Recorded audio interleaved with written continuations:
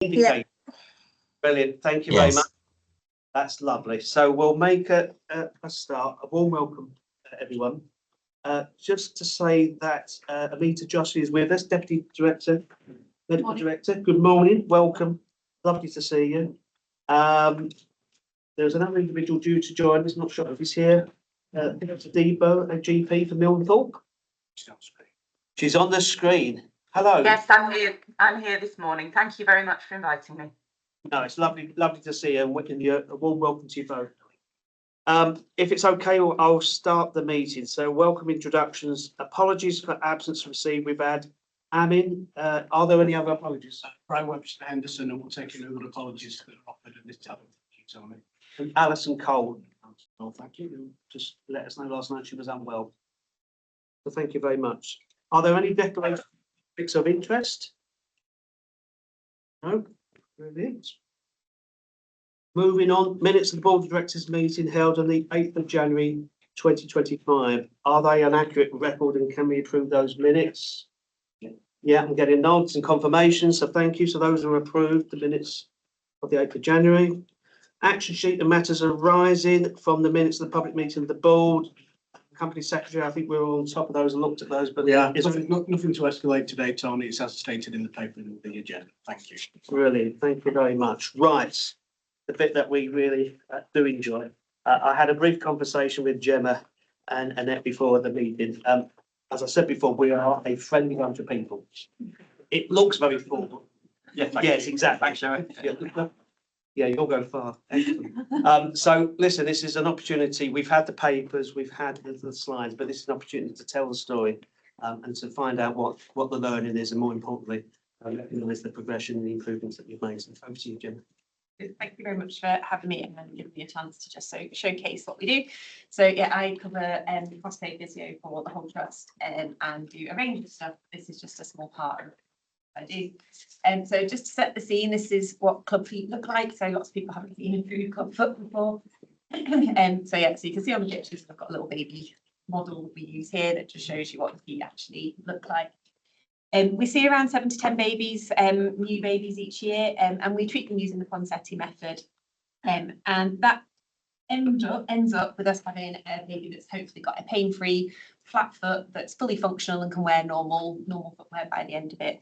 And we know that if we don't treat this properly, that actually these babies can go on to develop quite significant pain in their feet, and they can actually end up with lots of severe disabilities, and it can have quite significant impacts on our children. Next slide. So as I said, we use the Ponseti method, and it is a way of just very gently manipulating the feet over a few weeks. We gently move the foot and then we put a plaster cast on, and that holds it, and that allows the bones to develop back into the position that we want them to be ending up in. We then have to do a very small procedure, and we've actually now moved that from being done in a theatre space. So we've taken it out of theatres, and we actually now do that in clinic as well. So it's me and Anna do it, and it's a really quick done process. So people aren't needing the theatre space, which is amazing. They then have to wear the boots and bars. So this is the boots and bars that our little babies have to wear. So they wear these initially full time, and then part time up until they are 5 years old. And then they stay with us until they're around 10 years old. And that's so that we can monitor in case there's any signs of any kind of relapse. We sometimes get a few problems developing with some of the children's feet just as they go through big periods of growth spurts. And we just sometimes need to do a little bit more surgery or another couple of casts, or look at their exercise program. So they're with us for quite a prolonged period of time. Next slide. So the challenge that I inherited was a north and south split patch. So the south part of the patch was covered by our service, the north half of the patch was covered by the NCIC team. And so I picked up the Lancaster service initially, 2 people left, I inherited their service. Great on paper, fantastic. We had a couple of us trained up. The person in the north half of the patch then retired, and I was suddenly left with a whole north patch of the service that I suddenly had to try and cover as well, which was initially great, but the person that was trained up to assist me then unfortunately left the trust. I got pregnant, went on maternity leave, and we were suddenly left with absolutely no service across the whole of Morecambe Bay. Small technical hitch. So our only option really was that we could send most of our patients down to Manchester or Alderhay. So Alderhay is our go-to for most of our patients, but we do have a few that go down to Manchester as well. So for our families, that's all their routine appointments. So I've already said we change them every week. So these patients are going through weekly cast changes. They then need the tenotomy. They then need to go back into another set of casts. So every time these casts are needing to be changed, they're having to go back down to Alderhay or Manchester to go and have that done. So that could be quite a big trip for some of our families. So this is just one of our families who are a Milham patient. So it's a 2.25 hour trip down and a 2.25 hour trip back again on a good day. So our families were taking whole days to just go. And sometimes it was just a 10-minute appointment for some of our families. And obviously that has a huge implication on these families. Next slide. So me being me, came back from maternity leave. I set out to try and get these patients back home and try and get them back into our local area. And so we started off nice and small, just starting to see the new babies again. And then in 2022, we just went, right, that's it, let's go for it. And we started pulling all the patients back from Alderhay. It's a slow process because we have to kind of pick them up when they come for their annual reviews and things like that. But I think we're now up to about 55 on our caseload, having only had a very small number when I first took this on. So we're growing at speed. We have a centralised hub at Lancaster, and that's for the simple fact that we need enough people that are trained in the technique to be able to run that service. But we do have an outreach clinic in Barrow, which we do most weeks, depending on if me and Emily are around. And we also have Emily that provides an orthotic service out to Kendal. So we really try and get this out as close to the families as we possibly can and reduce that. And then as part of this as well, when I started setting this up, I wanted to set up an antenatal counselling service. So we set it up that as soon as babies are identified on their 20-week scan, they get a referral into us, they get invited into clinic, I make contact with them, they come in, we teach them exactly what's going to happen, we tell them all about the boots and bars, we tell them about the plaster cast, we buy that buy-in as early as possible. And actually we've got really, really good rates of treatment compliance as a result of that. And we really buy into kind of the maternal mental health side of that as well, and that relationship building. Next slide. So how did we do it? We trained up Emily, who's our orthotist, to provide the orthotics service side of it. And she actually helps to do a lot of the casts with me. And we also trained up Caroline, our plaster technicians at RLI. So she's upskilling as well, and she's being able to help us with the casts. I upskilled to a level 2 practitioner, which means that we can actually take the more complex children back as well. So rather than our children who've got things like spina bifida or arthrogryposis or something like that having to go away for all of their treatment, which is obviously really difficult because they have so many appointments they're having to attend, we can actually now manage that locally. So I've massively upskilled in my practice, and it's made a huge difference. And we also now take second opinions. So I've had second opinions from kind of Blackpool area as well now coming into our service. We set up a Northwest Clubfoot network, so that is Alderhay, Manchester, Preston, Blackpool, Lancaster, Blackburn and Burnley all meet together, and we get together on a regular basis so that we can just share practice with each other. We can share tips and tricks. If one of us is having a problem with boots or we've tried a different style of boots, we can share that. We give each other opportunities for training, and we're now also looking at whether there's opportunities for us to be able to then go on and provide kind of cross area support, so whether we can outreach to other hospitals. Next slide. So biggest part for us that we provide for our families is we have a 24/7 contact for our SINs. Me and Emily do go above and beyond to provide this. It is to our detriment at times. We've lost many a days of annual leave, weekends, evenings, whatever, to try and provide this. But parents have a contact number for us, and it just means that when things crop up to parents, they can contact us, send us a message.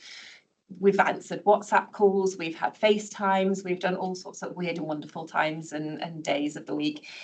But it just means we can actually nip problems in the bud really, really, really quickly. And actually, if there is an emergency or a problem with a cast, we can get them in, we can see them in A&E, we can get them the cast taken off, we can get a new cast on, and it stops us developing anywhere near as many problems.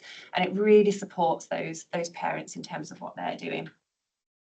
And then in terms of mental health, we know it's a huge thing and it's a huge burden for our parents to have to go through all of this as a treatment process. You become a new mum, you've suddenly got this baby that's going into plaster casts. It's really, really, really overwhelming for them. And so we really try and support that mental health buy-in. So we try and provide as many normals in the biggest sense of the word as we can. So bath time is one of the really big things that all these mums used to come back to us and say, I can't bath my baby for 6 to 8 weeks. And actually you go, but actually that's a massive thing. So we have a big baby bath in our room, we soak the plasters off, everybody gets invited. This is one of our siblings assisting in bath time. And yeah, you can just imagine, if you imagine that you've got a baby that's there being plastered, you've got mum, dad, you've possibly got a sibling trying to help, an older sister who wants to know absolutely every single thing that you are trying to do to this little baby. You've sometimes got the grandparents rock up, you've got 2 of us trying to do the cast, you've sometimes got a student. It turns into absolute carnage, but the parents love it, and all the feedback we've had is that actually it's been a real huge benefit to them. So the next couple of slides I've for the simple fact that they are quite long and we haven't got time. So if you've not had a chance to listen to what the parents have got to say when you got the pre-reading, please take that time to just go and listen to what they say. A couple of long videos, but you can see the pictures of what the babies look like, you can see how their feet have changed, and you can see the outcome at the end of it. And a couple of things that they kind of really pull on is they're quite emotive, and we just want to share what their parent experience really is. But they've talked about the impact of the antenatal counselling, the impact of those normalisations, the family involvement, and the fact that we do go above and beyond to really kind of provide that service. So in terms of what we're going to try and do next, we would love to have a local support group for some of these families. So we did set up a Facebook group. It's sometimes picked into it, sometimes not. But a lot of our families are asking actually to have some sort of face-to-face contact. They'd love going to activities and groups, but a lot of them are really scared to go out. They've got a baby in plaster casts or in boots and bars, and they get all the questions, they don't like it, they feel really sort of intimidated. And actually to be able to invite some of our older families in that can kind of reassure and support each other would be really nice. We would love to do something around World Club Foot Day in June. We've talked about having a stand or something down around the canteen or in the main RLI entrance. We just haven't really got very far with organising it between us yet because we are so busy. But we are hoping to try and do something. And then we're trying to upskill and trying to grow the service. So I was really successful. I managed to get one of the coveted places on the trainer course. Unfortunately, because of the financial situation, I've had to decline that, and we don't know when that opportunity is going to come back up again. But we are trying to still upskill everybody as much as we can through supervised practice and everything. So we're trying to kind of keep that up, but it just means we can't grow as much as we want to. So we are a really fragile service. It's only going to take one or other of us to go on long-term sick leave or to be off poorly or for something to happen to leave, and it leaves us with sort of very little. Our network roles, as I said, we're working with the ICB and the ODN to try and look at whether we can outreach between hospitals so that actually our Preston site and our Blackpool sites, we could maybe link up together and we can either move the patient to whoever's available, or whether one of us can potentially go down and support their clinics, and we're looking at how that might happen. And then tissue viability. So unfortunately, we do know that pressure sores are something which just happens. There is absolutely nothing that we can do to get away from this. They're in them 23 hours a day. You know, they're going to have sores and rubs, but we have worked really closely with our tissue viability nurse, who has been a godsend and again has taken my weird and wonderful phone calls at some very odd times of the day and the weekends, and she's given me loads of advice and help, and we're working really closely with her to try and prevent these happening. And so yeah, we're feeding into that as much as we can. Next slide. So yeah, I just want to say a huge thank you for listening. A massive thank you to our families. We have sent some of the other stories across to Annette and the team as well. And this is just a very small snapshot of some of the feedback that we had. It is really emotive to our families. So yeah, please listen to what they've had to say. And I'd just like to open it up to the floor to any questions or comments or anything that anybody would like to know. Thank you, Jenna. And it's been a privilege to listen, to be honest. I have read the materials and gone through it, and they are emotive, but I'm going to save my comments right to the end when we say thank you again, but I'm going to open it up. I've got Carrie, then Alison. Yeah, thank you for the presentation. Really enjoyed listening to that. One of my concerns is obviously around sustainability and the fact that if we go back to the beginning of the story where there wasn't enough staff and then somebody had to travel to Alderhay to be seen. So I suppose my question is if yourself or another colleague went off sick this week or next, would we be in the same situation where people are having to travel again to Alderhay, or have we got enough resilience now that will be covered? Thank you, Carrie.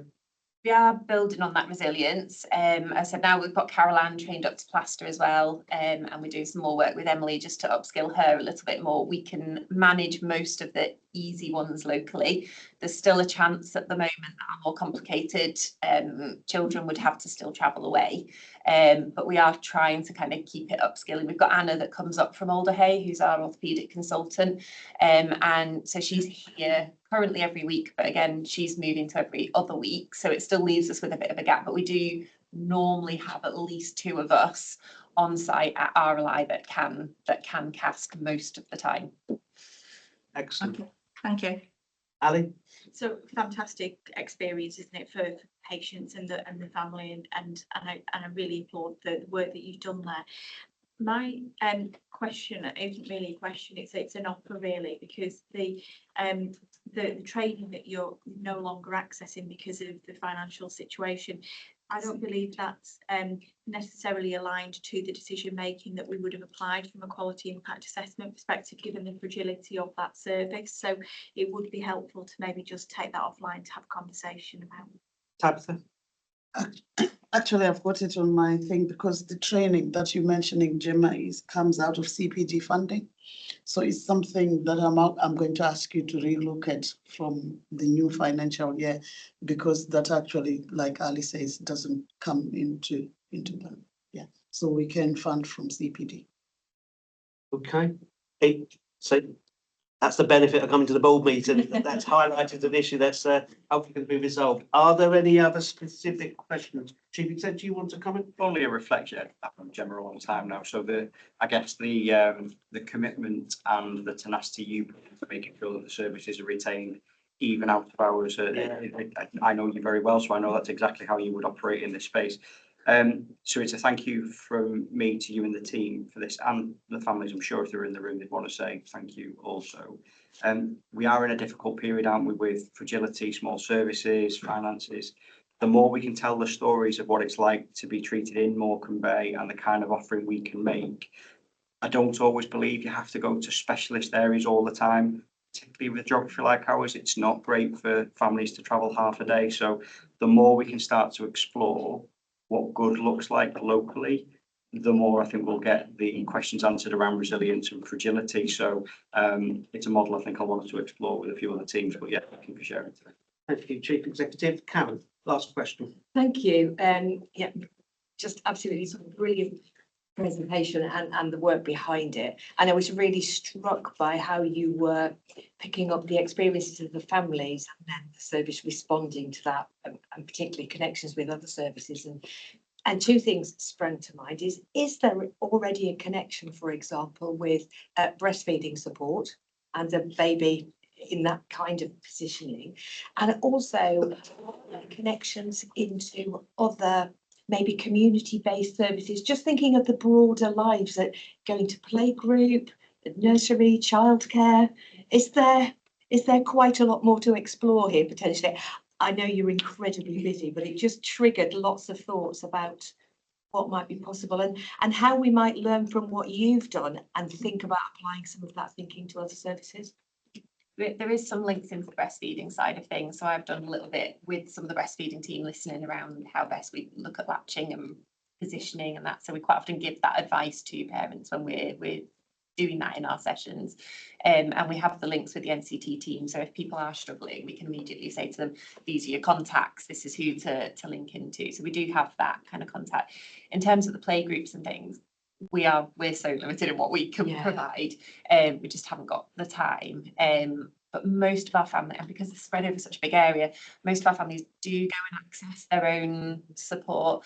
There are things like the Steps Charity website, and they've got sort of links to groups, and some of our families are just naturally linked up together because they happen to have ended up in the same area, and so they've managed to speak to other people. But yeah, it's just, we'd love to have something that was just kind of a little Morecambe Bay Club foot group. Would be really nice.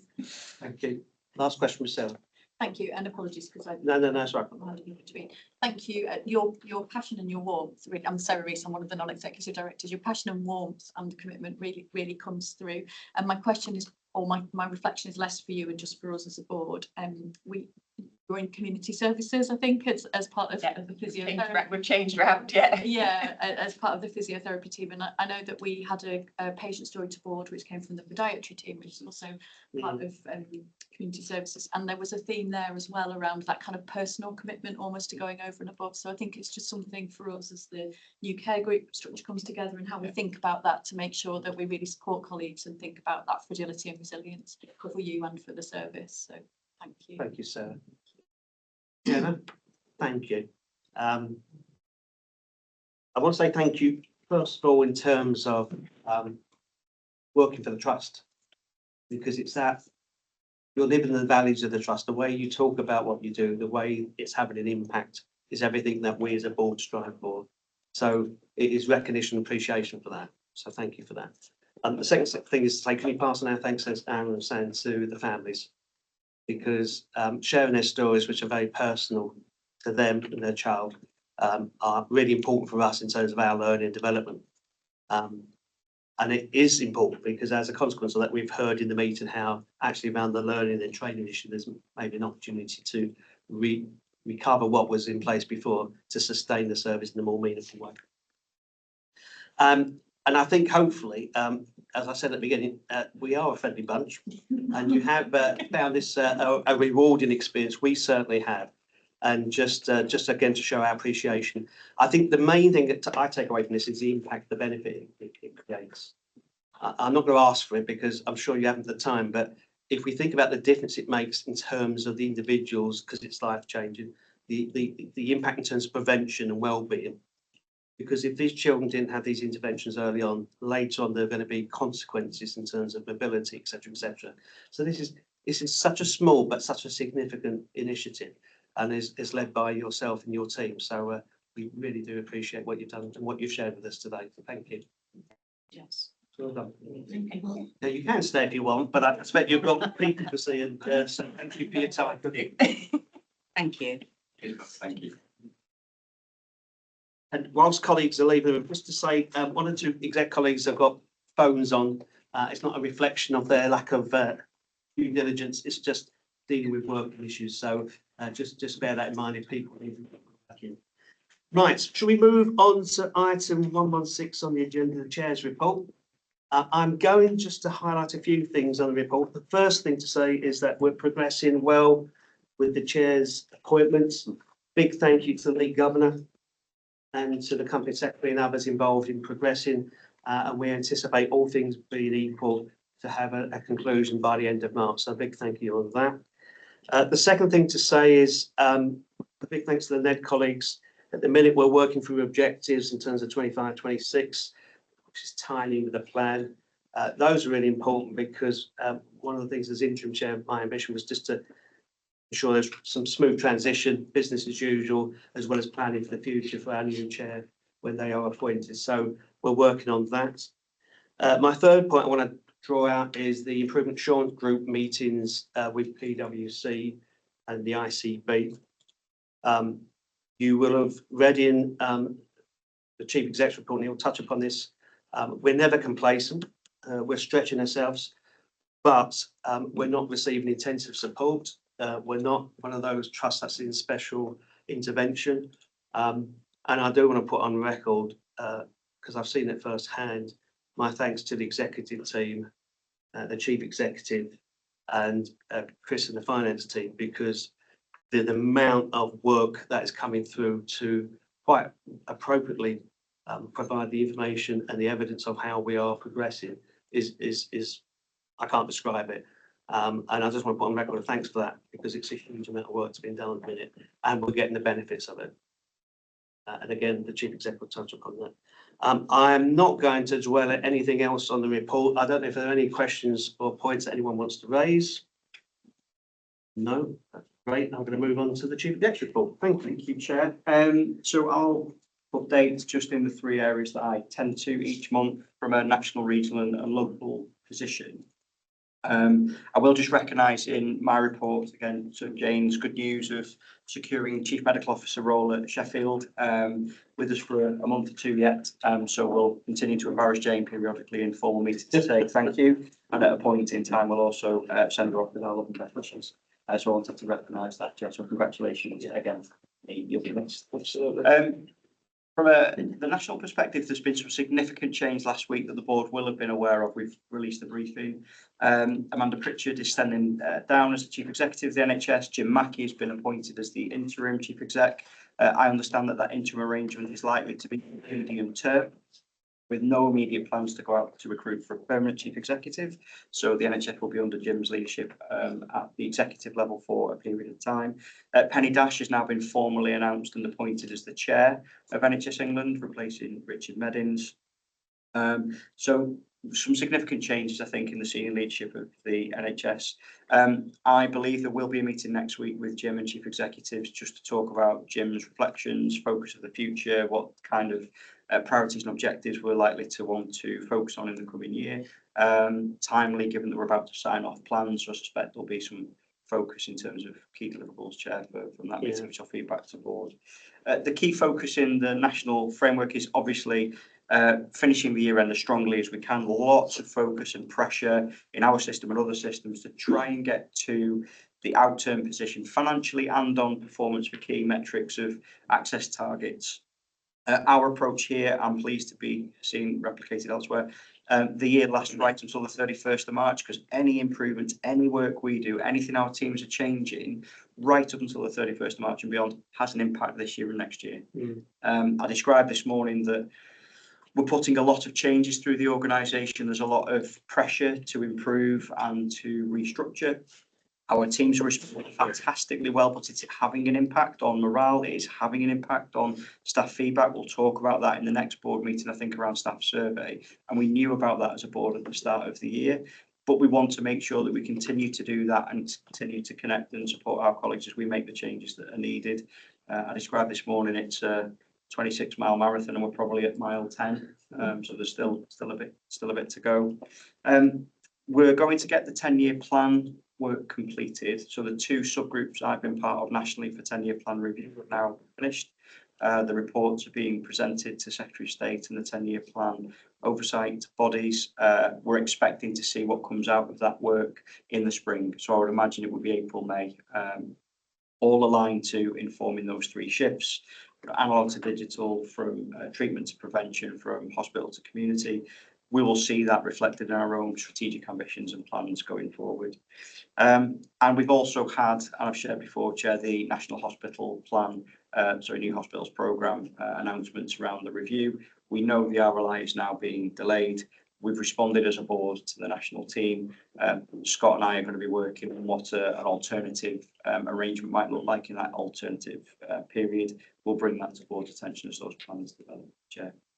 From a regional perspective, Chair, you've already outlined that we're obviously aligned to the national objectives and the priorities as a region that provide a collaborative.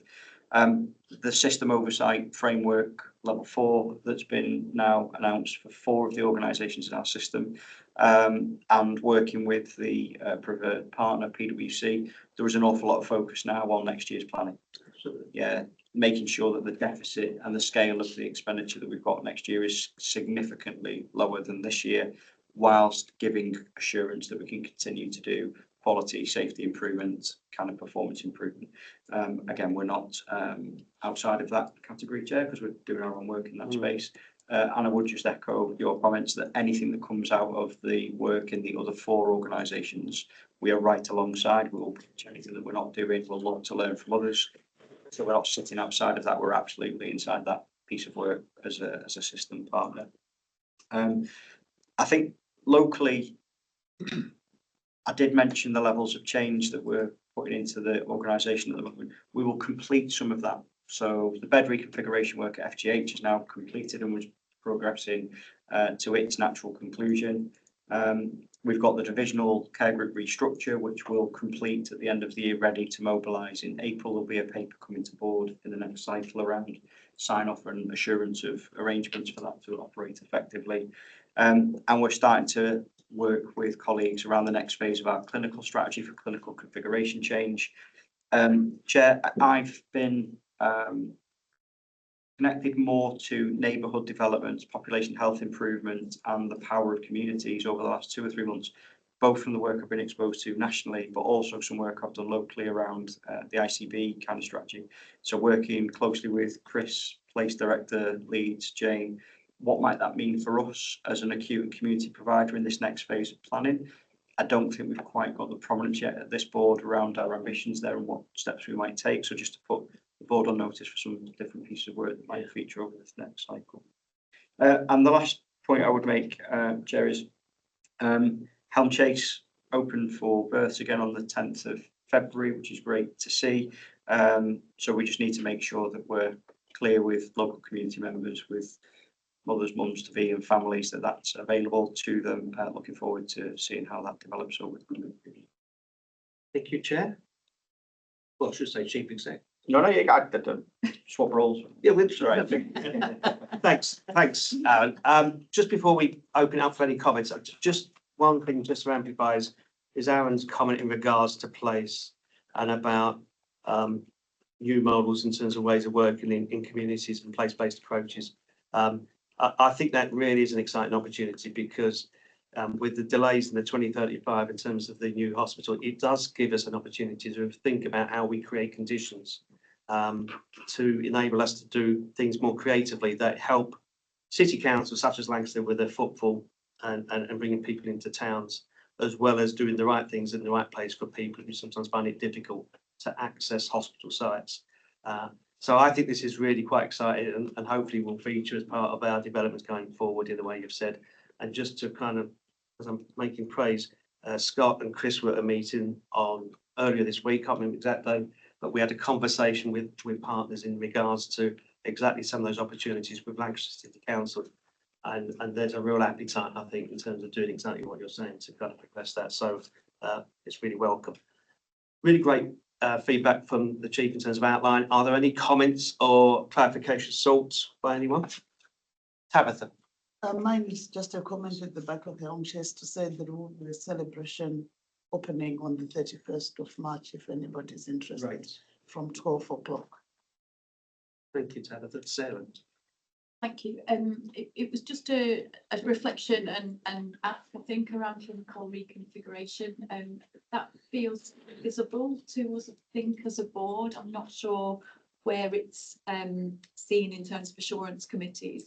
And I think that's both probably in terms of what we're trying to do within the trust and then what's happening within the system as well. So I wonder if there's a possibility for that to feature a bit more prominently, as well as thinking about the neighbourhood transformation as well. It's our clinical strategy that we agreed last year. So we've come to the end of year one. Some of that configuration change we've done in years features in that. As part of the planned draft that will come forward, there'll be another 2 or 3 areas from the clinical strategy that will feature in the planning round.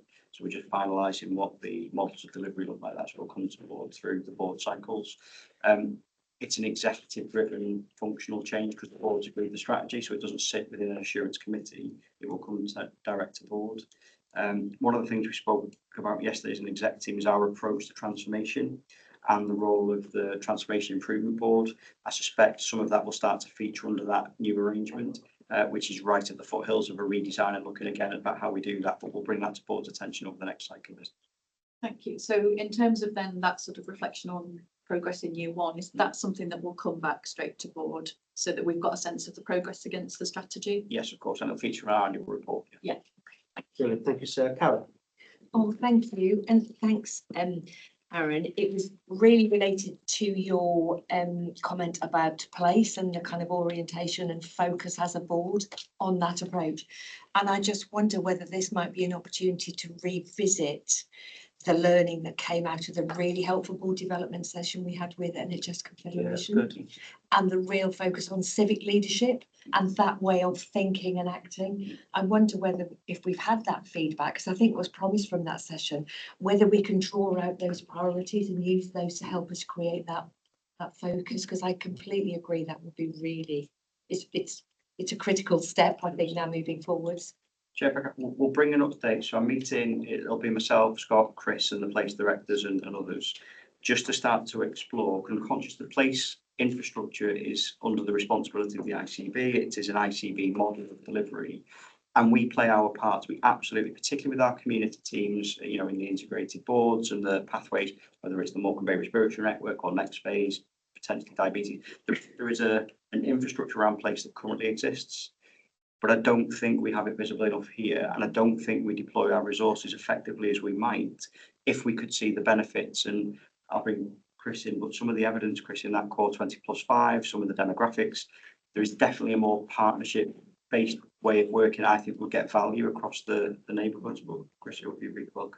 I think the one thing I think the test that's coming in the next year is that it isn't about doing old things in new places. It's about doing something different. And I think that's the challenge we've got to go through with the clinical strategy now. It isn't just taking a service we've got here and running it somewhere else. It's actually about fundamentally getting under the base. You see it a little bit actually in Gemma's story where I pull it out, where you're beginning to go, how does this connect with childcare? How does it connect with sort of all of those? But we've got to work out within the challenge of the fact that the system is still set up to drive the old conveyor belt, how we get the permission to do the new thing. So that's the start of that conversation. It is with place, but I think there's a recognition actually that clearly we are the big provider in the patch for a lot of those things, and therefore actually we can put momentum and shoulder behind place ambitions if we can find the ways to do it. Excellent. Okay, I think that will conclude the conversation on that. And thank you for that excellent feedback, Alan. We're moving on to late governor's reports. Susie? Thank you very much. Obviously take it as read, but just want to add one thing, which is that we did get, after I submitted this report, some contact from colleagues who'd been TUPE'd, who were the home care teams, and TUPE'd into now working with Westland and Furness Council, and were in some distress. And we knew nothing about it. They hadn't known about it either. And so just to sort of point out that it helps if we know. And I don't know whether it's that we're getting more feedback from people because we've become more visible, or it's just that we tell you about it. But we're getting quite a lot of traffic from people coming to us with, as I've said here, concerns. And it helps if we know about it earlier. It did come out in the communications network on Friday, or was it Wednesday as well? Wednesday and Friday, yeah. So by then we knew about it, but we hadn't when the colleagues started coming to us now. So just to sort of remind. Thank you. Thank you. Very clear statement, which we can help. Thank you, Louise. Susie, thanks for that. Scott? Nothing to add, just to say, yeah, the consultation started with staff on the 24th of February. Yeah. And I think we're comfortable that the staff side colleagues are comfortable. We're in a good process. They've been consulted prior, and I think there is maybe by 24, 48 hours, possibly there's some earlier to governors and colleagues. So. But I'm in no complaint about what you're doing. Sure. Excellent. Good, thank you. Okay. Thank you, Susie. Are there any comments or questions in regards to Susie's report? And yes, we're deep into looking for a new chair at the moment. One of whom actually is on the call. Last thing in. Okay. If there aren't any questions, I'm going to move us swiftly on to the next item, which is obviously the item 119, which is the enhanced children care leavers and named midwife annual report. So Tabitha, you teeing that up, and then others are talking in detail. Thank you, Chair. I'm introducing Liz. She will take us through this report. Board is required to receive safeguarding annual reports every year to give assurance that we are in compliance with the requirements of working together to safeguard children. So Liz will briefly take us through this. This report has been to Quality Committee, so it is just brief. Okay. Liz, a warm welcome. Thank you for taking the time. So as we've just been explaining, we've had the papers and reports, but over to you to kind of give us the key highlights. Many thanks, Chair, and thank you, Tabitha. As Tabitha has alluded to, this is the second infographic reports done in this style for our annual reports. They have both been through the Quality Assurance Committee and also the Safeguarding Assurance Committee, and both received assurance there. And as Tabitha has alluded to, this meets our statutory requirements of working together 2023. Just like to bring the committee just alert on a couple of things from our maternity colleagues to give assurance around the work that's been done in respect of unplanned pregnancies. This is a response to previous serious incidents involving concealed pregnancies, and it has allowed sharing, safeguarding supervision in the gynecological areas. It has strengthened safeguarding processes and to mitigate it against potential concealed pregnancies. We've had no further incidents of poor outcomes in relation to concealed pregnancies, and relations between teams are much more positive. This allows professional challenge, which needs and more importantly supports proactive safeguarding to our most vulnerable in our population. Just want to pop in a challenge. Our recent poor safe sleep audits within maternity highlighted that families were not constantly receiving safe sleep guidance in the antenatal period, and action has been taken to improve this, and we're including push notifications on electronic pet maternity notes apps to reinforce that this information is shared in a timely manner. And we are expecting that when we review the audits later on in the year, we will see an increase in that information around poor sleep and safer sleeping information being shared more robustly. Want to highlight a couple of points on the children in care. We again, as a second annual report done in this format. Just to alert that due to the complex cases around boundary challenges, often we don't meet our health assessment statutory timelines. This has been proactively being challenged and escalated within these cases by our named nurses. Also, although our numbers are really low around unaccompanied asylum seekers, there's been a huge drive working closely with the ICB in relation to access to interpreters. So that's really positive.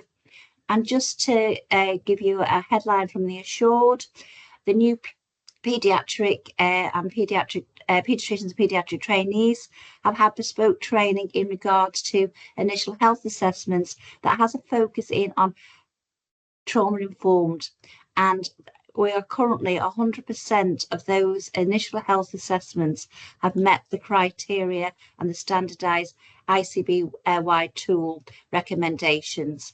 So when we're talking about trauma, these individuals, we are ensuring that their trauma is met and we're meeting those needs of those young people in those initial health assessments.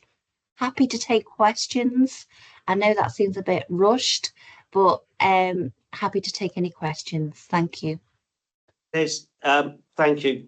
It didn't come across as rushed at all, and it was really a helpful summary. So well done, and thank you for that.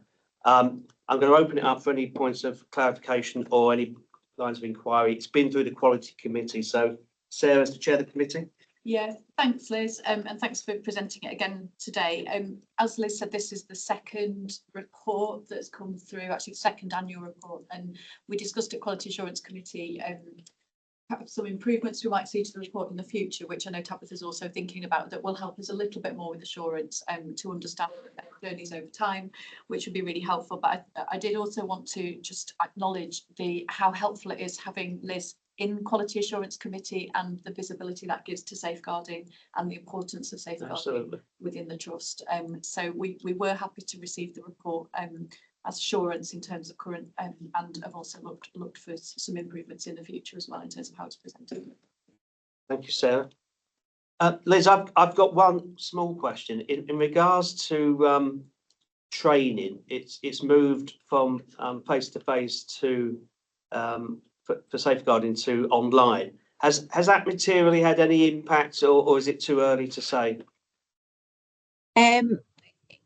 It's too early to say. However, we are about to get, at the request of our CYP colleagues, we were asked to just halt to our face-to-face, what we call fondly called calendar training. That's face-to-face for level 3. That will resume in April. Right.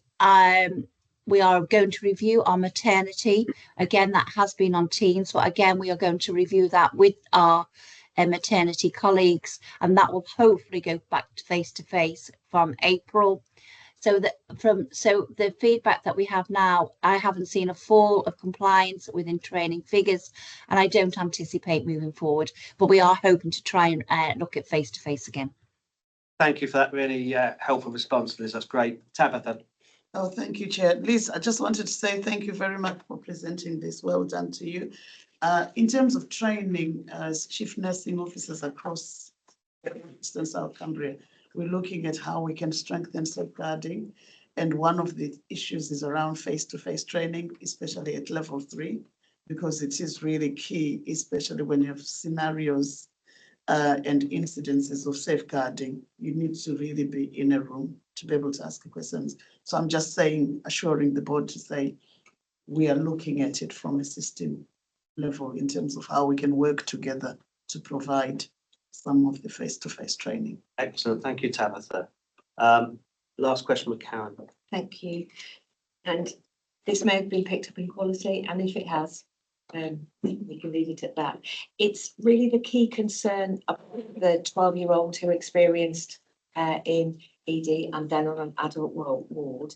And I'm just aware that there's a national challenge, particularly around children with very complex needs who find themselves in ED and a lack of residential or local placement. So it's kind of a nuance of the not meeting criteria to reside in a complex paediatric context.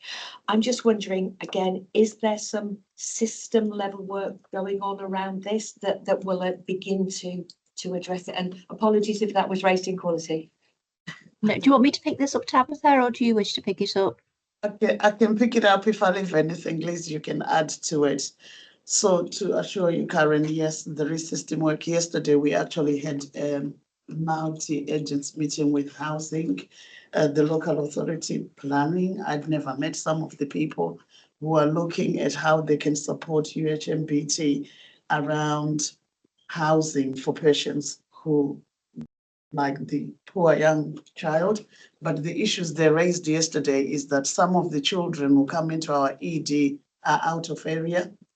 So they come here to visit, or they're placed into private residential homes and they're stuck and they come into ED. So there is work happening across the system, and housing and local authorities are keen to work with us.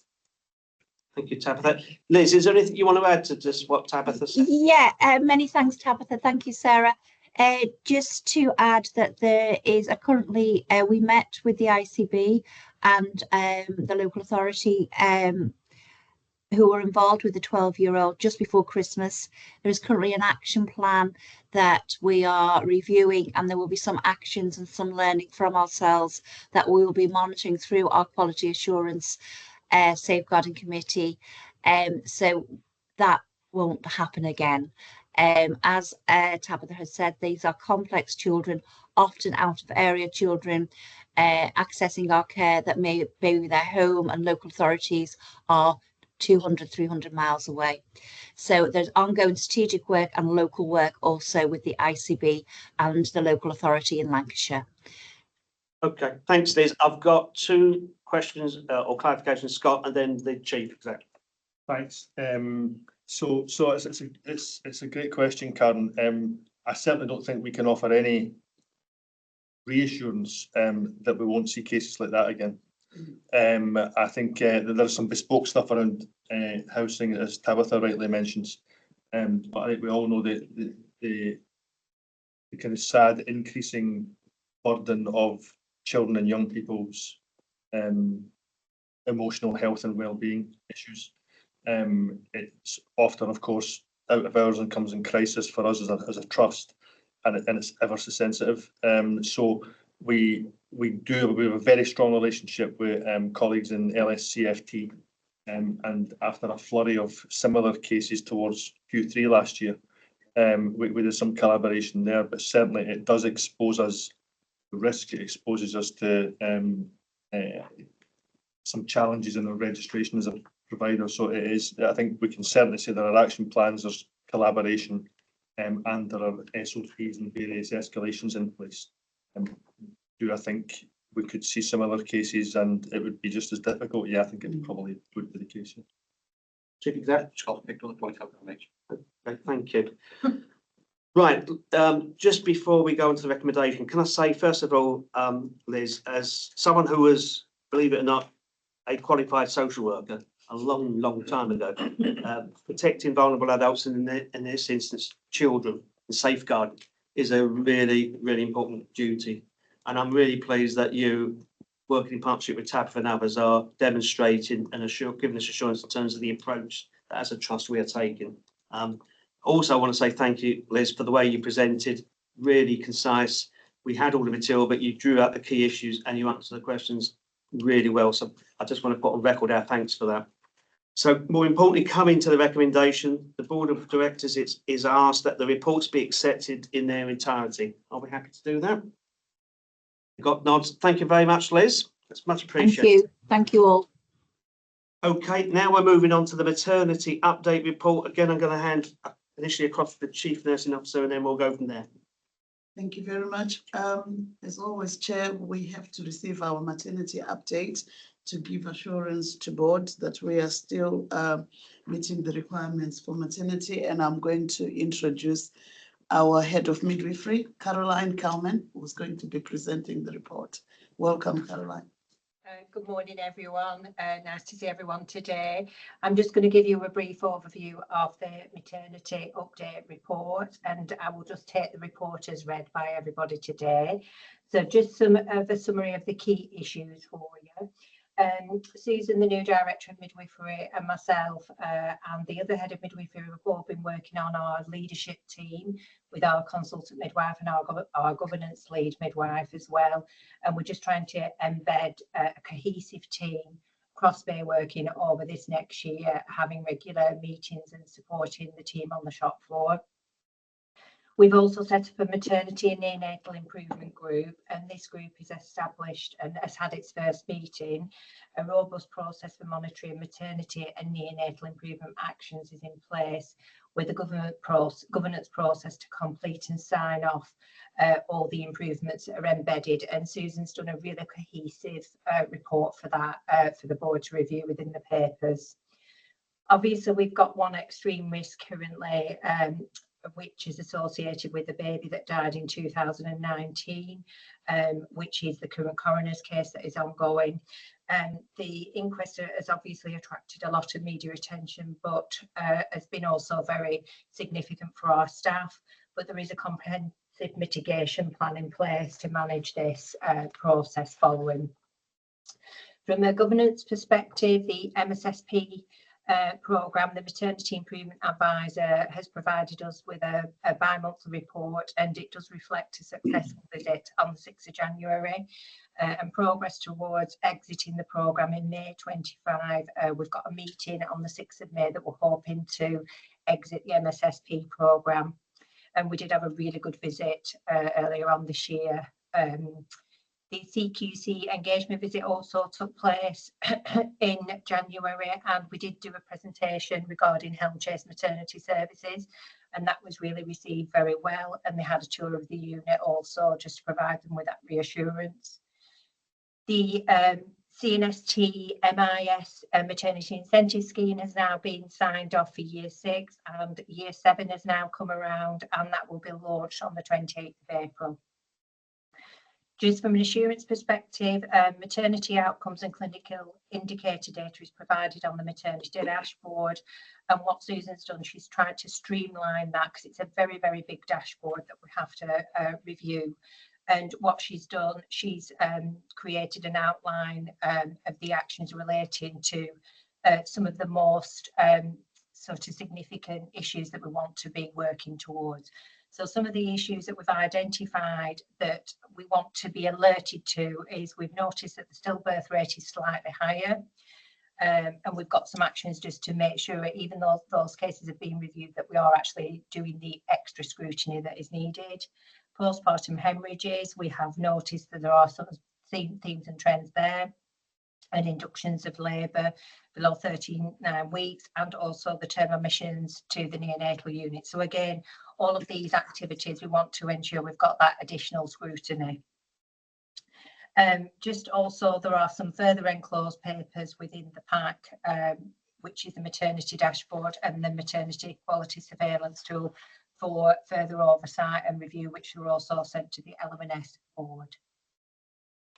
So any questions from anybody? Obviously, I've just got a quick overview of all the information, and obviously it's really detailed within the actual report. Caroline, thank you for that. Really thorough and succinct. So we appreciate it. I'm going to hand across first of all to the Chief Exec. Thanks, Caroline. I just wanted to mention to the board, obviously Caroline's raised the live inquest at the minute with the Coroner's Court, just to recognise that obviously that's due to reach its natural conclusion later this month. And whilst the case goes back some time and we've had improvement work since under the maternity support programme, there will undoubtedly be reflections and learning that we still want to take from any outcomes from that piece of work. So just to recognise anything in addition that we take from the ruling that will come from the Coroner's Court on the inquest, we'll take through our quality assurance infrastructure and ensure that if there's anything further that we need to do to improve, we'll take that through our normal due process, Chair. Thank you, Chief, for that clarification. It's been through the Quality Committee in February, but I'm going to hand over to Sarah. Is there anything you want to highlight or amplify in terms of what's just been discussed? Just 2 points actually, well, 3 actually. So first of all, I think to acknowledge the improved approach, I think, to recognising looking at risks and understanding concerns and what we need to do with them. I think that's a really helpful way of reviewing it. And I know the team is very busy at the moment, supporting colleagues and directly contributing to the inquest. So it's been very helpful to have this update even at such a busy time. So our thanks to everyone who's been involved in doing that. The other thing I just wanted to mention was the bereavement suite, because we asked for some assurance or reassurance around the Quality Assurance Committee, which came from the Chief Operating Officer.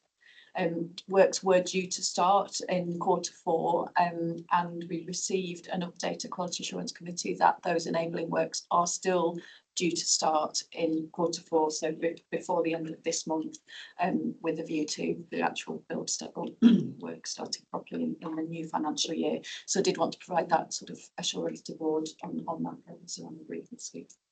Thank you, Sarah. And Scott was nodding furiously during that issue about the Q4 building work. So that's confirmation. Karen. Thank you. Thank you, Caroline. I'm just going back to a previous question at the board, and it's in connection it's in connection with the dashboard. And I understand there's a commitment to us being able to have a population health lens that actually enables us to see that data from a population health perspective. And I understand there's a commitment to that. I just wondered if we had a timeline for when we might be able to bring that to board. There is, so I know that dashboarding to outline outcomes in relation to social, cultural and ethnicity inequalities is in the final stages of development. She's hoping it comes next March. Sorry, I did miss that little bit, this March coming. I know that the VR team have been working on that because it will go in the dashboard, and we've picked some specific elements out from a cultural and ethnicity perspective that we think that we absolutely really want to monitor. Because that will give us that rich information, and obviously that will link into the Embrace report. So obviously that's what we're doing. So we're hoping it's going to come in March. Thank you. Sarah Hawksborough. Sorry, I'll actually defer to Chris on this. So I'm involved in that piece of work. So the assurance on it. Yeah. So actually, to the credit of the service, there is already an inequalities dashboard that's been in place since before I started. Actually, it's just the format of it makes it quite hard to get assurance from because it's almost too detailed. So what we're doing is looking at how we can refine that into something that's more accessible. The other challenge we're working through is that obviously, certainly in parts of our patch, the number of Black, Asian, minority, ethnic women is relatively small, and therefore the traditional methods for monitoring could miss early signals. So we're looking if we can do other ways of doing it, provide better assurance. But yeah, it's in development at the moment. Thanks, Chris. And we do look forward to receiving that because it's an important tool, given the conversation that we had earlier about place. Final question with Sarah, and then we'll move on. It was actually just to follow up Chris's point. So I think just from a reassurance point of view, the Quality Assurance committee, when we do receive updates on incidents that may have happened, that does include information about health inequalities groups, so that we are, and I think that's included in the PMRT dashboard actually as well. So yes, we have it on an individual. Great. Right, so first of all, Caroline, just again, deep appreciation for your leadership and application in this work. It is recognised. And more importantly, to move on to say that the Board of Directors is asked to receive and approve the reports for sure. So can we adopt the reports? We've got nods. Thank you, Caroline. Thank you very much. Have a good day, as they say. Thank you. Thank you. Bye-bye. Okay, colleagues, if we move on to agenda item 121I, which is the integrated performance dashboard, etc. And Chris, Deputy Chief, is going to lead this, but with others. Yeah, I'll as I usually do. I'm not going to read out the introductory and summary points that are contained on the executive summary. So yeah, we'll go straight into the components of the report, and we start off as ever with Chief Nurse, Chief Medical Officer on the quality and safety section, please. Thank you. Thank you, Chair. Thank you, Chris. Okay, so I'm going to use the exec summary and add some context to it. So in regards to our patient safety incidents, we've remained below the upper control limit for 2 months, but we are showing an increase in month of patients who are suffering moderate or above harm. And this is being monitored, and I've assigned one of my associate directors for continuous improvement to look into it. And I can update board in terms of where is the increase and what's happening behind those incidents. In regards to our PSAF, there was one patient safety incident related to cancer diagnosis. And at the time of reporting, there were 21 PSIIs that were commissioned. 4 have been completed, 12 are beyond 6 months, but all PSIIs had review leads and there'll be dedicated PSAF investigators in post from the 1st of April. Just wanted to sort of mention the fact that we had a business case for PSAF, and we re-looked, because of our financial situation, looked at a different model of providing the PSIIs, and we've managed to do an organizational change. So we will have PSII leads investigators beginning of April. And we've also recruited through bank for 2 PSII leads, staff who've been working for us previously. So that should see an improvement.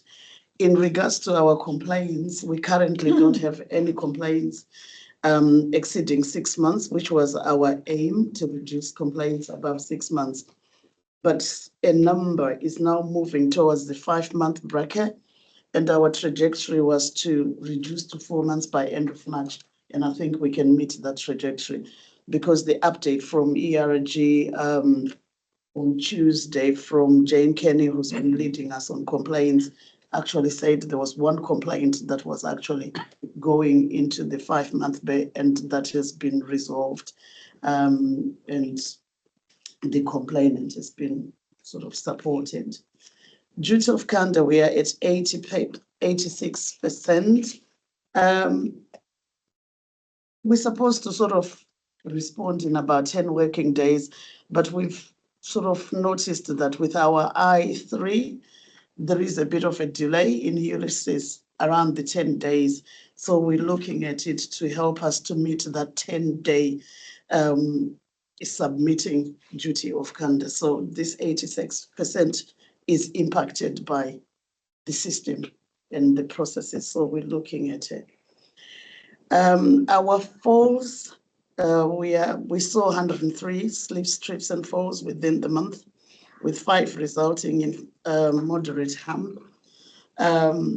32 patients fell more than once within the trust, and most of this is around our elderly and frail patients with also a history of falling. And within those 103, there's people who've fallen more than once. So it is work that we work on through our fundamentals of care constantly. And we're also trying to sort of introduce mobilizing our patients to reduce the deconditioning and reduce the harms to falling. Pressure ulcers, in month, there was an increase in category 2 ulcers. I just wanted to highlight to board to say we were not actually or are not supposed to report around category 2s, but because we saw a spike, we thought it would be good to report that we saw a spike with category 2 ulcers. And again, I've commissioned a deep dive into understanding the themes of what's happened to see that much. We only had 3 category 3s and no category 4s, which is a good thing, but we need to look into the spike around the category 2s, around training and what's happening. Our friends and family test is at 94.4% overall. ED is below the target, and it's understandable because people will complain about waiting, the amount of time they wait in ED. But we are going the right way with the feedback we get through friends and families. So going on to mixed sex accommodation breaches, this will continue to be reported, but it's reduced by 4 following validation. And these are all delayed step downs from ICU and lack of side rooms. So this is something we'll continue to monitor and continue to report. And then finally, on my bit is the IPC, Infection Prevention Control. We saw 9 C. diff and 9 gram-negative blood-related infections, 2 cases of MSSA, and all of these were healthcare-related. And there is a plan and a review of all of these to see what's been happening. So I'll stop there and hand over to the CMO. Thank you, Tabitha. So we've got VT and mortality. I will just say we've got mortality as a report later on, so I won't dwell on that other than to say overall we're at green and we're aware of our fractured neck of femur and blood. In terms of VTE, we're following this through quality committee quite closely. We have never in this trust reached the 95% standard. We've been trying to unpick an awful lot of things that haven't worked. There is a very clear plan with P&O support. We were happy with the plan, we weren't happy with the timeline. They've revised the timeline, which is coming by a year. We've seen the first of the improvements that they were doing, which was the updated VTE risk assessment. That went live in January, and obviously as I said, the feedback was coming through at the end of February. I haven't seen that yet. Our VT lead post has been vacant for a little while. We have got interest in that. That is just going through the various processes of being advertised, but we have got interest in someone taking up the lead there. So we hope to complete that as soon as it's feasible. So that was my update. Thank you. Okay. Go straight to people section, Chair. So just to highlight again, and this was discussed at People Committee, the data continues to be skewed because of the transfer to 1LSC, and we have manually adjusted where that's possible in the narrative to give you an indication, but we can't manually adjust all of the metrics. We do expect that to be resolved from April, and that hopefully will mean that we can kind of report a little bit more consistently without that manual adjustment happening. In terms of the performance in the people domain, everything that we see in this domain is exactly what we expected to see. So based on decisions that we actively took around pausing appraisal and some of the mandatory training requirements associated with the financial recovery programme, we have seen the deteriorations in those areas alongside the impact of the fire break for recruitment and the categorisation of all our posts in the organisation into group 1 and group 2, and that has caused obviously an increased time to hire and an increased vacancy rate. From a safety perspective though, I think it is important to do the triangulation that we are continuing to progress those group 1 vacancies. They are posts that are either essential for safe staffing or for safe site, and also where the activities would have an impact on the clinical workforce if they were undertaken by the clinical staff rather than the administrative staff.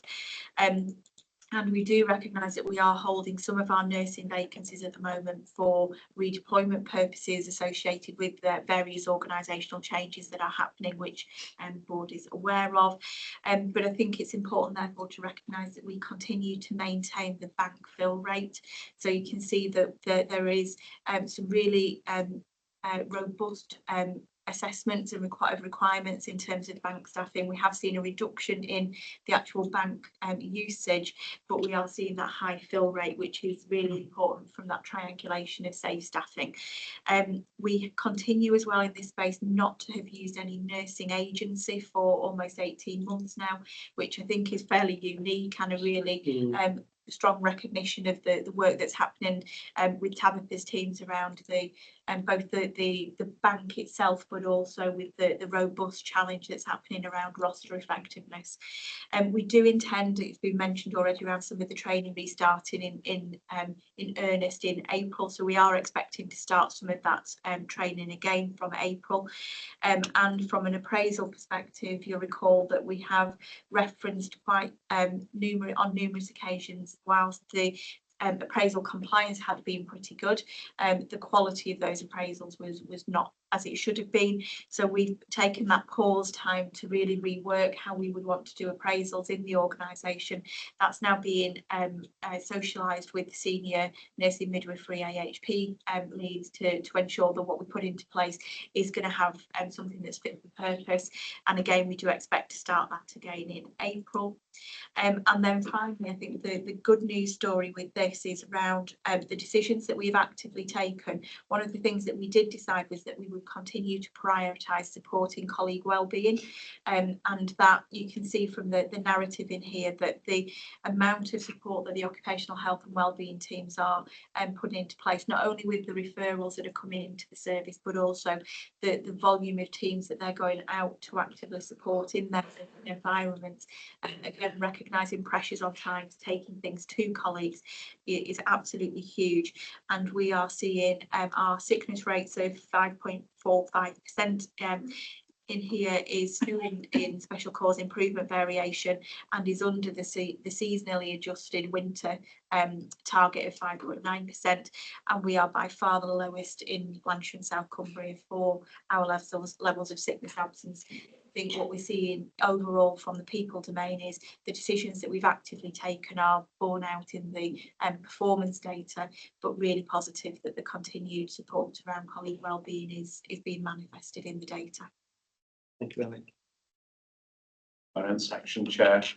So the information in the pack is the month 9 financial position, which was £16.6 million adverse to the plan. The indicated year end outturn at that point in time was between 21 and 24 million pounds deficit or adverse to plan. We narrowed this down during month 10. The board has, since the reporting date, signed off a position at the bottom end of this range, 21 million pounds adverse to plan. To achieve this position does require the trust's financial run rate improves very materially during Q4. We have taken decisions to restrict or stop discretionary spend. We have, as Ali has articulated very clearly, operated a significantly enhanced pay and improvement controls environment across the second half of the year, and this is delivering tangible improvements in the financial run rate. And as Ali's articulated, we stand out in a number of ways across our system in that regard. Also, I think it's relevant that the way that we're operating those processes, the protection of the recruitment for the critical frontline roles, has materially complemented the drive to reduce high cost variable pay. And that point needs to be understood. It's absolutely vital that we remain clearly focused on recurrent financial performance. It's the only route to financial sustainability. Our position in this regard has been repeatedly reported and tested through the system enhanced intervention process. Our shortfall against our in-year savings plan is material to our adverse position this year, but recurrently we are now approaching 5% recurrent delivery again against our financial improvement target. And we are reporting an expectation of an £8 to £10 million in-year improvement in our underlying deficit. So it's just important that whilst we recognise very significantly challenged financial position, the path that the trust set out in 2022 to financial sustainability is still the path that we're on. There are obviously risks contained in the year-end forecast. The nature and scale of improvement that is required in a very short space of time does require us to change how we actually do things, how we deliver our activity and our performance targets. The board has reviewed those risks and mitigations in other fora, so I won't repeat all of that now. We are currently closing down the month 11 accounts, so we will be rerunning our year-end forecast and model at the end of this week. So obviously there'll be subsequent updates through the Finance and Performance Committee in due course. Quick word on cash. I've raised this in a number of board meetings recently, and it's contained within the reports. But the cash position did improve during February because we were able to successfully recover outstanding debtor balances, and the trust did receive some of the cash support that we'd applied for February. So the immediate challenge and risks associated with that did improve during February. This week I am awaiting output of 2 points, further confirmation of payments of outstanding debtor balances during March, and the response from the national team to the cash support application. And just to say that this doesn't end on the 31st of March, we need to put in our application this week for cash support in April. I'll keep updating the board on progress on all those matters. Thank you. And last section is the operational performance report, Chief Operating Officer. Thanks, Chris. So obviously these data are 65 days old now, so I'll cover some contemporaneous updates as we go.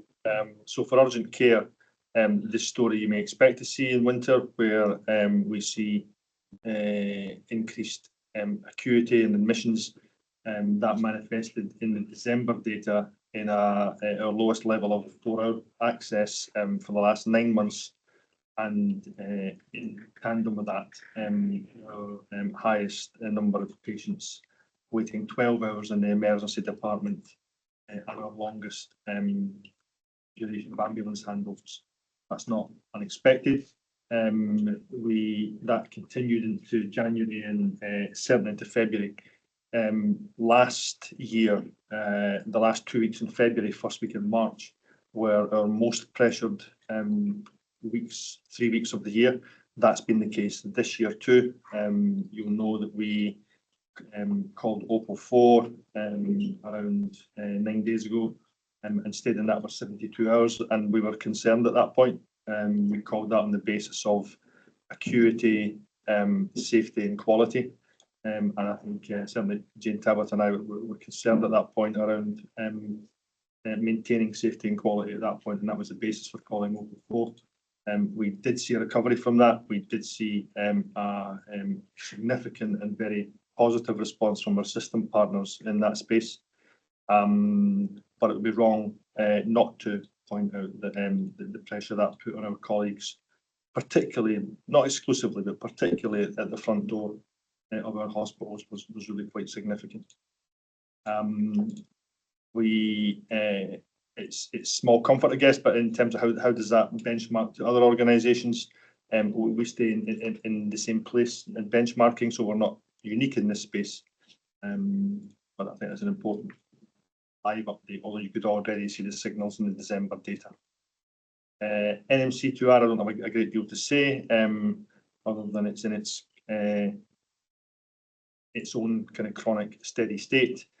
Cancer performance is outstanding. You see there the best levels of cancer performance at 28 days, 31 days and 62 days since the pandemic, on an already very high baseline. So some really very, very positive cancer performance that we should continue to be pleased with. Diagnostics, as we reported, and it's in the 3As for the F&P committee.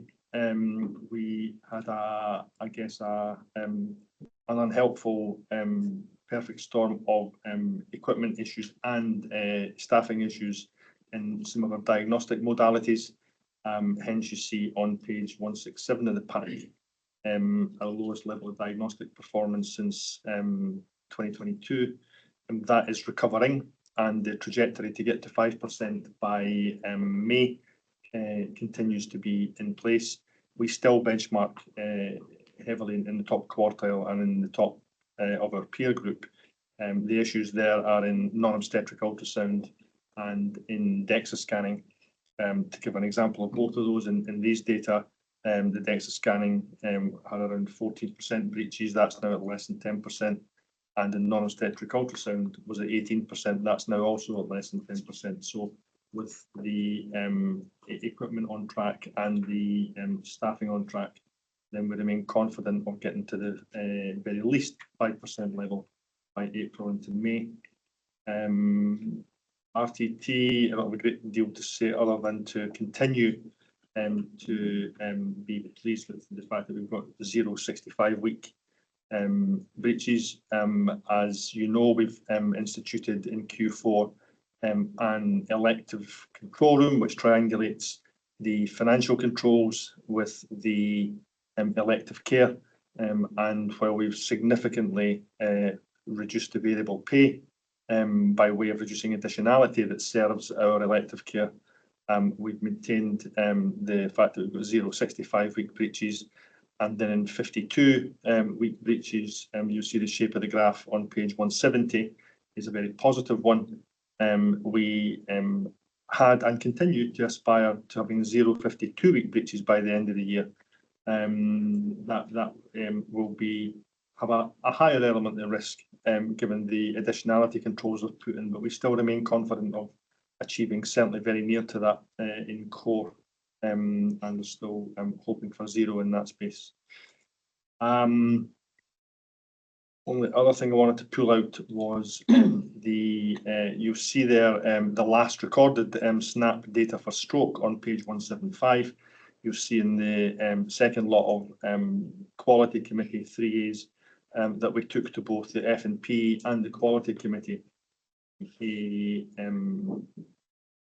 assurance that we are continuing to monitor the metrics which comprised the SNAP score. So the next iteration of SNAP we expect to land in and around Q2. But obviously we're not waiting on that, but it's obviously important that we continue to monitor the SNAP score. So we took the monitoring framework and some of the data to both F&P and QACS to give that assurance that continues to be monitored, and should we go off track, then that would be visible and escalated. Thank you, colleague. Just a quick comment from me. Sometimes as NEDs, it's a double-edged sword because we always want to be the best we can be, and we will challenge appropriately in the right setting and ask for more clarity. But I do again want to put on record, in light of the recent conversations, and we're not complacent, that within the report there was some really positive messaging. When you put us in the context of where we are, both in terms of the region, when you put us in the context nationally, what's going on, there are many things to be commended. And I want us to remember that, and I want that on record, because it's the pace of change. That's the pace of change we want and aspire to have. We can stretch it more, but I think it's just really important to acknowledge that. That's not to say there aren't questions that will follow in a minute, but I do want to put that on record because we recognise the level of effort, leadership, and capability around the table. We can always be better, but I just want that acknowledged. It's been through various committees, but I'm going to open it up. It's a bigger content, but are there any specific comments or questions in regards to this report, which has gone, as I say, through various arrangements and processes? Sarah, sorry, Sarah, I was looking at the screen as well. No, Sarah. that's okay. I think I've got one or two that relate to having been through Quality Assurance Committee, and I've got two questions, so I'll just be really clear what this is sort of as well. So in terms of quality, one of the things that hasn't actually been pulled out in the introduction is we had a Never event in February, so which related to Rock Bluff, and that was at FGH. So that was something that we discussed at Quality Assurance Committee. We know a patient safety incident investigation's been brought through. From a Quality Assurance Committee, we received reassurance that there was no additional harm to the patient as a consequence of the wrong side lock, and see the work ongoing around that. So that was important to flag that. In terms of infection prevention, we receive a quarterly report at Quality Assurance Committee. So and so we have reassurance around the gram-negative bloodstream infections, in that the quality improvement work is now going into its third phase, and there are specific work streams around catheter audit and things. So I just thought from an assurance point of view, it was worth highlighting the fact that that's something that the Quality Committee side's done. The other thing, the two questions I had then, one, actually it's three, but I'll stick to two. Sorry. Have three, go on, go ahead, Jessica. Sorry. Chris, you talked about cash support for the trust, and obviously as a board we would have definitely been expecting, because of our financial position and cash reserves, that request for March, and that's something that as a board we approved as part of deficit management with the forecast. But you did touch on needing to do an application for April, and I wanted to ask the question around governance assurance for the approval for that, because I don't think that's been received through board currently.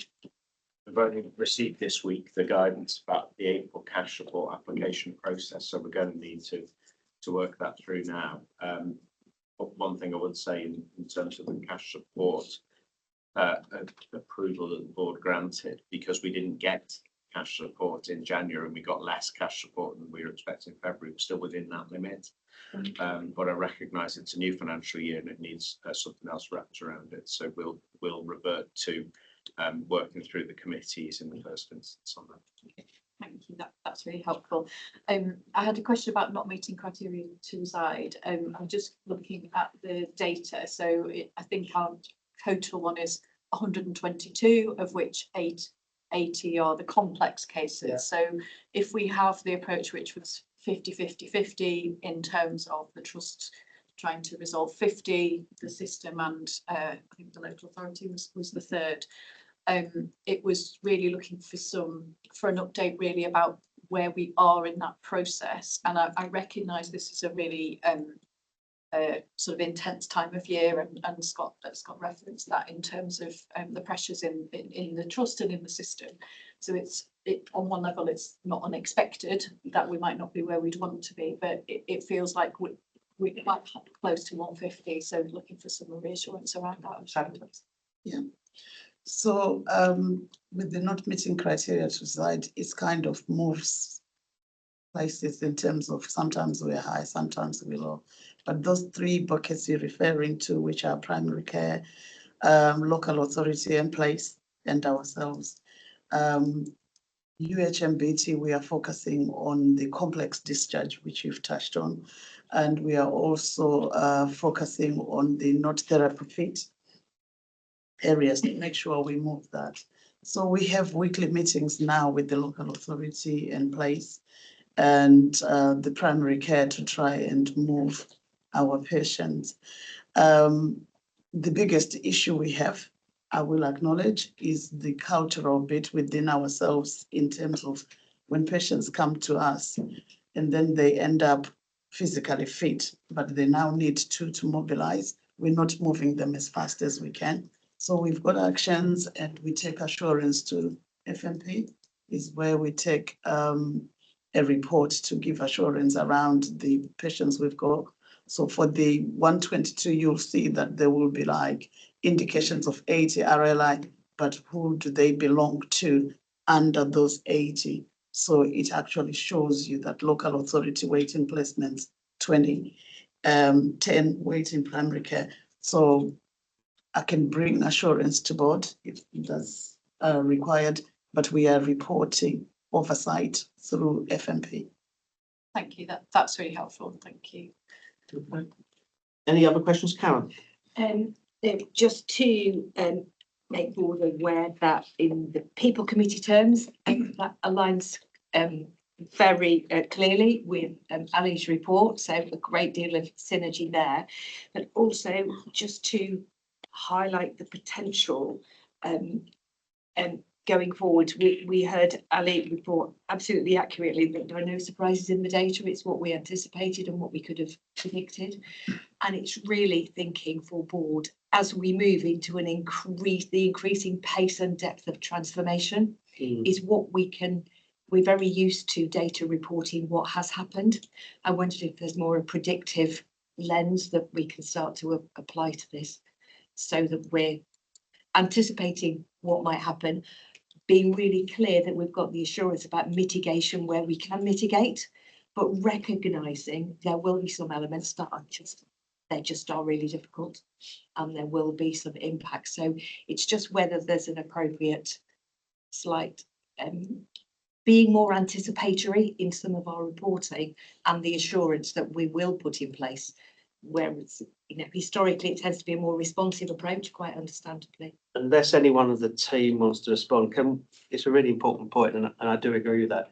Can we just park that as a note for some discussion or consideration at a future point, because it is a bit of a challenge in regards to the what the scale of change may be, what that might mean in terms of impact and outcomes and quality and et cetera, but in terms of the timeliness of it.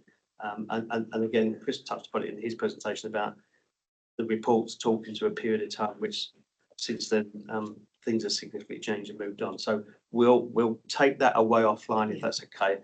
I've got one final question with Nicola, and then I'm going to ask the Chief to come in here for a comment, and then we'll draw this piece proposed. Nicola. Thank you, Chair. It's not a question, but more an offer of assurance, Chair, that what I've seen in this report is a very strong correlation with what has been coming into, particularly the Finance and Performance Committee, for in-depth examination and consideration, and also in relation to the Audit Committee and the points that Karen was kindly making. We are reviewing. We decided that we would be looking at reporting and looking at how we could draw more attention to impact as well as actions and assurance through that reporting. So I think we will start to see that progress. Otherwise, my comments really will come out in my Chair's reports. Thank you. Thank you, Nicola. Chief?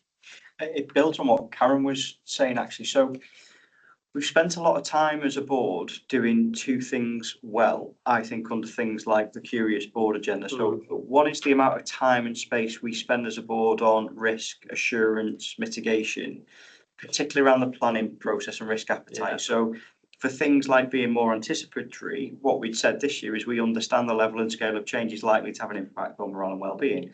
Mitigation directs. We'd said that the exposure on transformational change might lead to some fragility in performance. We've seen that in a couple of areas, but not many actually, in terms of where we are. So I do think the board spends the right time and space in the planning round to set a more future-focused view of risk mitigations, etc.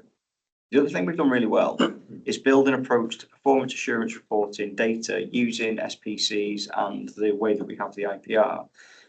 But I just think listening to that conversation, it's not contemporaneous enough, because we're all feeling the need to articulate something that then isn't evidence-based. There's no data to support it. It's a judgment. And that's okay. But I wouldn't mind just spending a bit of time with Sarah and the team about, so moving into next year, how do we use the IPR? Because it's designed to stop. In month, we've seen 2 move, and I've done a deep dive, or in month, I've seen this move. It's designed to not have boards commit resource in that way. And I see when we're under pressure, some conversations that I'm not in the assurance committees, but might lead to a bit more of that. Good. So I wouldn't mind just lifting it up a little bit and just saying, what's our approach to oversight, assurance and delivery next year? So we don't go back to where we were 2 or 3 years ago, which was more in the monthly reviews and responsiveness. So I think it's a really good challenge for Karen. We'll take it offline, Chair. Brilliant. So there's an action for the note there that at some point, probably a future development, board development opportunity, we'll have a chat about that. And the other bit links to that is about, so to use this analogy, stubborn stains.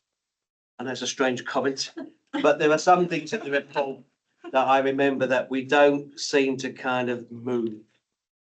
And it's because we're ambitious, it's well, when and how are we going to move it, and how do we keep the focus on it? What are we actually going to do that ensures that things that we have had materially bumping along the bottom, up and down, or whatever, that we keep a real laser focus on it. So if that's part of that kind of approach, that would be good. Sorry, No, it's exactly that. So if I mention PSERF, VTE, Yes. NMC2R, these are areas that are perennially, we can narrate really well the problems and the issues, but we're unable to lock down so by when will it be X. Yeah. I think that's a bit that's missing when we use an IPR, which is SPC focus. We don't have that future trajectory focus. So yeah, it's a very similar feature. Brilliant, we'll pick that up. That's great, looking forward to that. Okay, so the recommendation is that we know for assurance the integrated performance report for December 24, which we've done very well, and acknowledge the actions being taken to improve performance, which we've done, as well as some additionality in terms of additional action as proposed by the Chief Executive. So on that basis, folks, we'll move forward to item 121, which is the two reports. Just to say, we're slightly behind.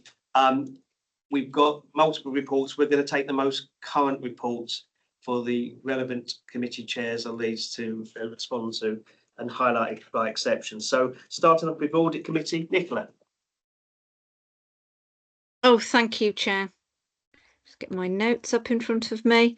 A fairly straightforward meeting, although I think because of circumstances in the hospital, we had quite a bit of coming and going, but we would like to recommend to the board that it delegates approval of the annual report and accounts in June to the Audit Committee, and also that it approves the committee's terms of reference and business schedule. I think it's worth just drawing attention elsewhere to changing the external audit arrangements, considerations we gave regarding audit assurance and risk appetite following the establishment of one LSC, and will continue to address, and we also had a discussion on how our internal auditor can support our executive and other leaders in terms of following up on their recommendations and reporting accordingly. The committee felt assured on ongoing improvements pertaining to our risk management and to our reporting mechanisms, as we've just discussed, and we would propose that these improvements, the oversight of these improvements would be at the Audit Committee. We also were assured of significant improvements in compliance levels for both local security policies and the local emergency plans. Thank you, Chair. Thank you. Are there any specific questions for Nicola in regards to that feedback? You've got away with it, Nicola, so that's thank you very much for clear feedback. Moving swiftly on, Finance and Performance. Oh, sorry, no, People's Committee. Karen, apologies, Karen. Okay, thank you. Yeah, taking this absolutely as read, just to pick up the alert that aligns very much with Ali's presentation earlier. We just alerted as a committee to anticipate deteriorations in the National Staff Survey. And that work is underway. We'll respond to that, and there'll be a full report with recommendations and proposed plans at the next meeting. Just in terms of advice, again, I'll take that as read. Just one item really to highlight to board, and then another item that isn't in the 3As but ought to be. It was the point around the committee took an update presentation regarding the approach to service transformation from one LSC, but as a committee there was just a level of concern that we weren't in receipt of the same level of assurance and governance for LSC as we would be for all of our other services and reports. So that's really highlighting the importance of establishing that robust governance and assurance process. I think it's just particularly evident in People Committee, and there was just that discrepancy that gave rise to a level of concern that we wanted to bring to board.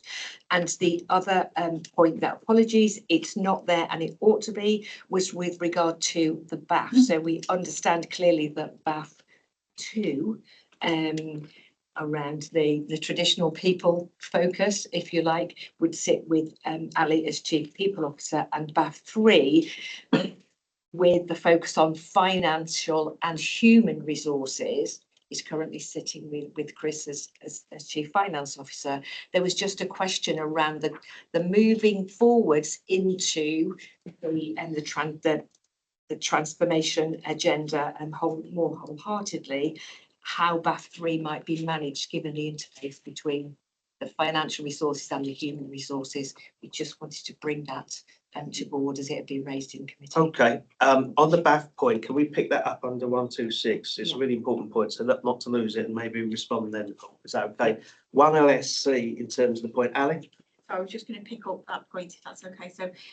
So there's some discussion happening with company secretaries really around understanding how boards in trusts will get the assurance that's required for individual boards, recognising the system-wide governance structures that are in place around 1LSC, with the Central Services Executive Subcommittee reported into the PCB Joint Committee. So that, I think, we just need a little bit of finessing through the work of company secretaries.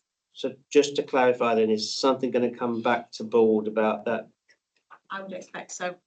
For the process. Yeah, apologies, Paul. This forms just by way of a wider update. This forms part of a wider piece of work which the co-secs are working alongside system leaders, which is to better refine the current governance arrangements through not only the 1LSC arrangements, in fact, how the PCB Joint Committee operates. That work is underway, and we will be bringing a report back to this board to explain the wider diagram and how that will operate going forward. Yeah, thank you. Okay, so just to be specific, timescale on that, do you think? Because it's quite a key bit of business of the organisations that's put in, and it's just about how we get assurance from it. We would want to have that in place by no later than the end of April. So there's actually a meeting tomorrow, Tony, that I'm attending with Jonathan Wood, secretary, to progress this forward. We've done some initial kind of mapping and there is some areas of concern that we've identified that we want to pursue. Thank you. Okay, last word of saying on this, if that's okay. Thank you. I think just to acknowledge, so I attended the first meeting of the Delegated Assurance Committee for the PCB a few weeks ago, where we looked at very draft terms of reference. The next meeting was stood down, and now given pressures in the system, I understand that, but actually, given that we've got live assurance questions, I think it's really important that there's some visibility of the line of sight in those meetings and in terms of reference. If that can be picked up through the company secretaries, That'd be great. Is that okay, Paul? Fine. So we'll put it's really helpful highlights from your reports there, Karen. So thank you for that. Finance performance, Amins in Germany. So Nicola is picking this up in his absence. Nicola, thank you. You're muted, Nicola. Apologies. Thank you for that. useful tip, talking away to myself. Yeah, so just to clarify, there has been two meetings since the last board, but I will refer to the 3A's report from the February committee meeting. We did give an update on the January committee meeting to the Council of Governors last month, so I'll focus mainly on the February 3A's report. I think it's fair to say that the discussions were constructively robust throughout. The committee was advised of the month 10 financial position, slightly better than previous months, but still adverse to the plan permission, primarily due to slippage in SIPs and continued pay overspends. So that progressed to a conversation noting that the nursing agency was now zero, but medical agency still remains a challenge.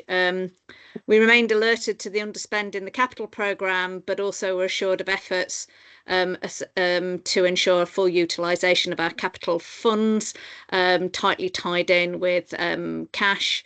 And we approved the terms of reference and schedule of business for the capital steering group.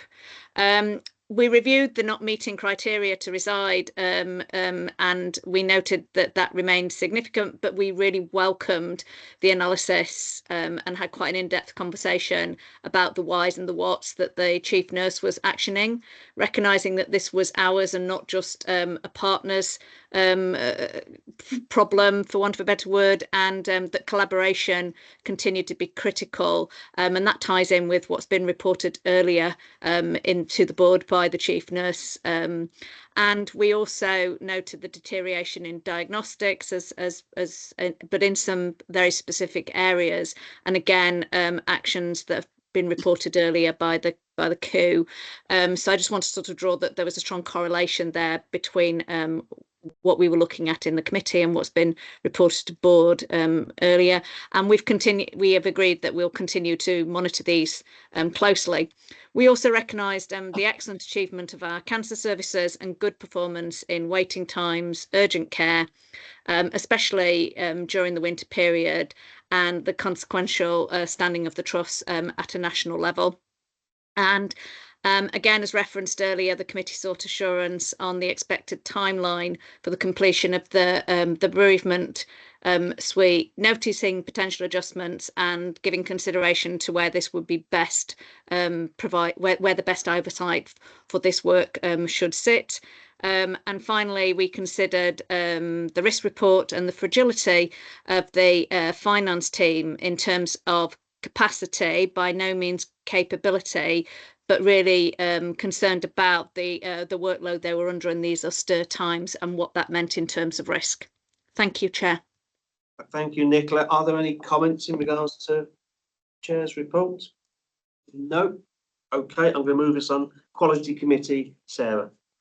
Thank you. I'm just going to do two because most of them are covered in the rest of the papers today. So two things I wanted to touch on. One is related to intensive therapy unit at FGH. So we received a verbal update on that at the committee from Chief Operating Officer and some reassurance, I think, that we know 30 patients have been transferred since the change was put in place, which is actually in line with the estimates that came at the time, and of which 1/3 have been transferred anyway for clinical reasons. There's been no safety or harm incidents relating to those transfers, so assured by that.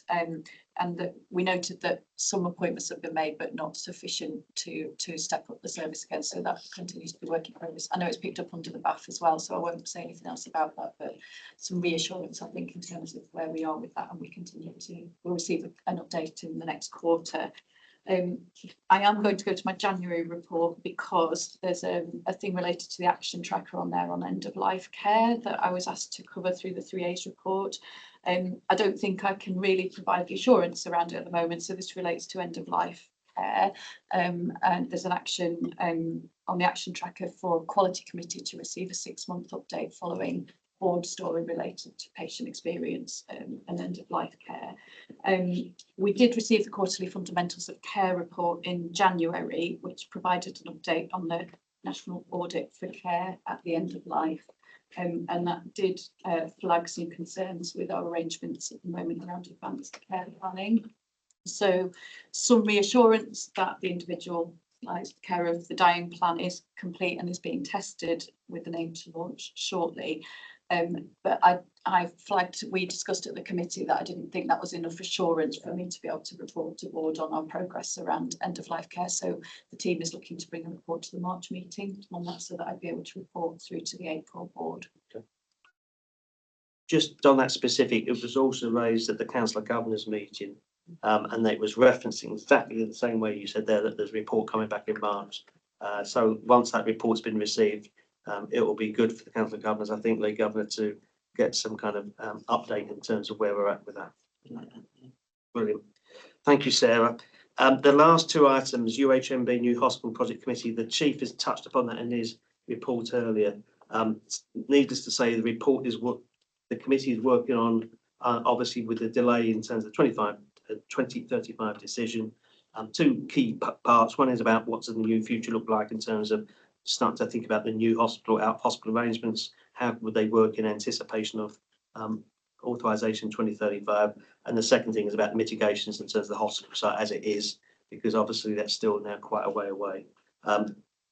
Well, I have to say, great committee, and the project manager was particularly, I have to say, particularly good. Transformation Improvement Board, I'm going to say that simply on that, again, in line with what the Chief Executive said, Transformation Improvement Board is working through some really clear priorities and anticipation 25-26, and in terms of a plan on the page, and get to a really clear set of targeted objectives. But that's going to fall out of some of the work that's ongoing at the minute. I'm happy to take any questions about those 3A's reports, as I've just outlined. No, thank you very much. Carrie, apologies. Thanks. Thank you. I just wanted to ask a question in relation to what Sarah's raised really about patient stories that come to board. So we've got some significant challenges, for example, in not meeting criteria to reserve VTE and falls, perhaps, just as examples. So I was just thinking the correlation between the challenges and the patient stories, really, if we could see more of that at board, if possible. Okay. I think it's a really helpful point, and I think what's helpful is also just to clarify how those patient stories are collated. So I think, can I ask Sarah, to chair the committee, quality committee, to maybe take that away if that's appropriate in conversations with the exec colleagues in terms of patient stories? Would that be right, Chief, or do you have a different view? I'm just thinking, so if the question is about triangulation, I'm not, so patient stories generally will come up through those colleagues or families that are willing to come and talk to the board in areas that we want to hear about for improvement. I'm not sure it's an evidence base for triangulation, but it's certainly part of the board's kind of assessment of how well things are working or not in certain areas. I think the triangulation piece, Carrie, this conversation I've opened up around how we use our IPR, contemporaneous to forward trajectories for improvement as a narrative. I think that how do we triangulate the impact potentially on service change or improvement on colleague health and well-being or outcomes? That's probably the level at a board I would expect us to start to have that triangulation discussion, but more than if chairs of particular policy committee are looking at that as thematic evidence through patient stories. I'm not sure it fits like that, but it'd be good to explore. Okay.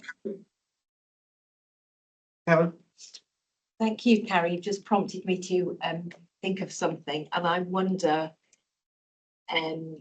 with thinking the transformation journey going forward, whether there's an opportunity for us to consider staff stories at board also. I think we heard some of that from Gemma today. There was a sense of the staff as people coming through in the way that she presented, and I wonder whether this might be really timely to consider that. So on that more specific thing, can I suggest then that maybe the chair of the quality committee with the lead nurse, chief nurse, have a conversation in terms of what patient story content may look like going forward, if that's not already in hand, and then we just kind of reconcile it in line to the comments received. Is that okay? Okay with that, Carrie?